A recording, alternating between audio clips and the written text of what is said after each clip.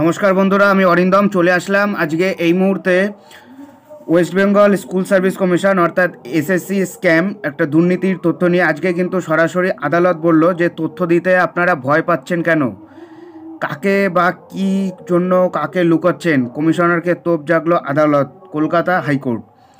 So বন্ধুরা, এই ভিডিওটা কিন্তু আপনাদের জন্য খুবই গুরুত্বপূর্ণ হতে চলেছে। আপনারা কিন্তু সবাই জানেন যে এসএসসি দুর্নীতি যার ফলে কিন্তু ভোগ করছে 2016 সালে রিক্রুটমেন্টে বর্তমানে কাউন্সিলিং হচ্ছে দীর্ঘ 8-9 বছর পরে। সেই আপনারা এবার সুপ্রিম কোর্ট কিন্তু বলেছে যে স্কুল সার্ভিস কমিশনের যত দুর্নীতি আছে সব খুব তাড়াতাড়ি শেষ করে ফেলতে। সো হাইকোর্ট কিন্তু এবার উঠে পড়ে লেগেছে এসএসসি দুর্নীতি নিয়ে। কিন্তু এবার হাইকোর্টকে সমস্তভাবে তথ্য দিয়ে সাহায্য করছে না এসএসসি। এবার হাইকোর্টের বিচারপতি আজকে বলল যে তথ্য দিতে কেন লজ্জা পাচ্ছেন, কিছু লুকাচ্ছেন, কমিশনারকে তো আদালত ভৎসনা করে বিচারপতি বলেন, গত প্রায় 1 মাস ধরে আমরা স্কুল সার্ভিস কমিশনের কাছ থেকে সাহায্য চাইছি, কিন্তু আমরা বলতে বাধ্য হচ্ছি যে আপনারা কিছু লুকোতে চাইছেন। ফের রিপোর্ট দিতে বলল কমিশন। দ্রুত নিয়োগ দুর্নীতির মামলা নিষ্পত্তি করতে বলেছে সুপ্রিম কোর্ট, সেই মতো বিশেষ বেঞ্চ গঠন করে চলেছে শুনানি।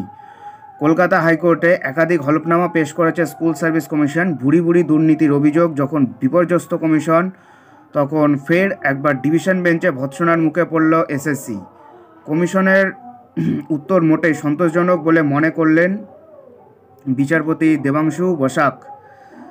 কমিশন যেহেতু তথ্য আদালতে পেশ করেছে তা যথেষ্ট নয় বলে উল্লেখ করেছে আদালত। সোমবার নবম-দশম নিয়োগের সুপারিশপত্র প্রত্যাহার নিয়ে বিশেষ বেঞ্চ নিজেদের অবস্থান জানিয়ে স্কুল সার্ভিস কমিশন এসএসসির প্রতি অসন্তোষ প্রকাশ করে এদিন বিচারপতি বলেন, প্রথম দিন থেকে আমরা জানতে চাইছি যে এসএসসির মাধ্যমে সুপারিশপত্র দেওয়ার ক্ষেত্রে কোনো ভুল হয়ে থাকলে সেটা কি আপনারা খুঁজে পেয়েছেন কি না, খুঁজে পেয়ে থাকলে সেক্ষেত্রে কি করছেন। উত্তরে কমিশন বলে, আমরা অনেক অনিয়ম খুঁজে পেয়েছি, সেগুলো আদালতের সামনে পেশ করেছি, তারপর আদালতের নির্দেশ অনুযায়ী কাজ করেছি। এরপরই এসএসসি দাবি করে গ্রুপ সি এবং গ্রুপ ডি পদের ক্ষেত্রে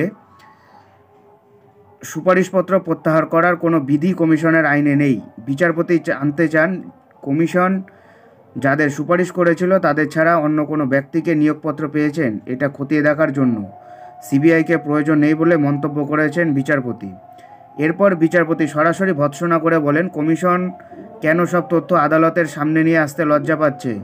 গত প্রায় 1 মাস ধরে আমরা স্কুল সার্ভিস কমিশনের কাছ থেকে সাহায্য চাইছি, কিন্তু আমরা বলতে বাধ্য হচ্ছি যে আপনারা কিছু লুকোতে চাইছেন।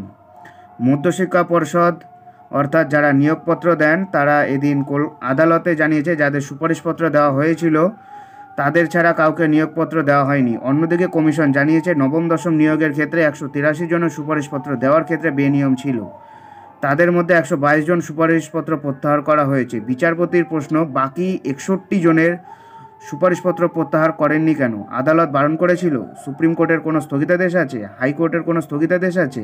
উত্তরে কমিশন বলে না। বিচারপতির মন্তব্য, এই 61 জনের রাজ্যের বেতন ভোগ করার অধিকার নেই। কমিশন এদিন আদালতে আরও জানিয়েছে, মেয়াদ উত্তীর্ণ হওয়ার পরও প্যানেল থেকে সুপারিশপত্র দেওয়া হয়েছে, এই অভিযোগ ছিল। সুপারিশপত্র দেওয়া হয়নি এমন প্রার্থীদের নিয়োগ করা হয়েছে বলেও দাবি করে কমিশনের। বিস্তারিত তথ্য দেওয়ার জন্য আরও একবার কমিশনকে সময় দিল আদালত। আগামী বুধবারের মধ্যে আবার রিপোর্ট দেবে কমিশন। এইবার দেখা যাক এই রিপোর্টে কি আসে। সো বন্ধুরা, এরকম কন্টিনিউয়াসলি ভিডিও পেতে থাকলে আমাদের চ্যানেল নিউজার অরিন্দমকে সাবস্ক্রাইব করে আমাদের পাশে থাকবেন। নমস্কার বন্ধুরা, ভালো থাকবেন সবাই, দেখা হচ্ছে পরের ভিডিওতে। জয় হিন্দ, বন্দে মাতরম, ভারত মাতা কি জয়।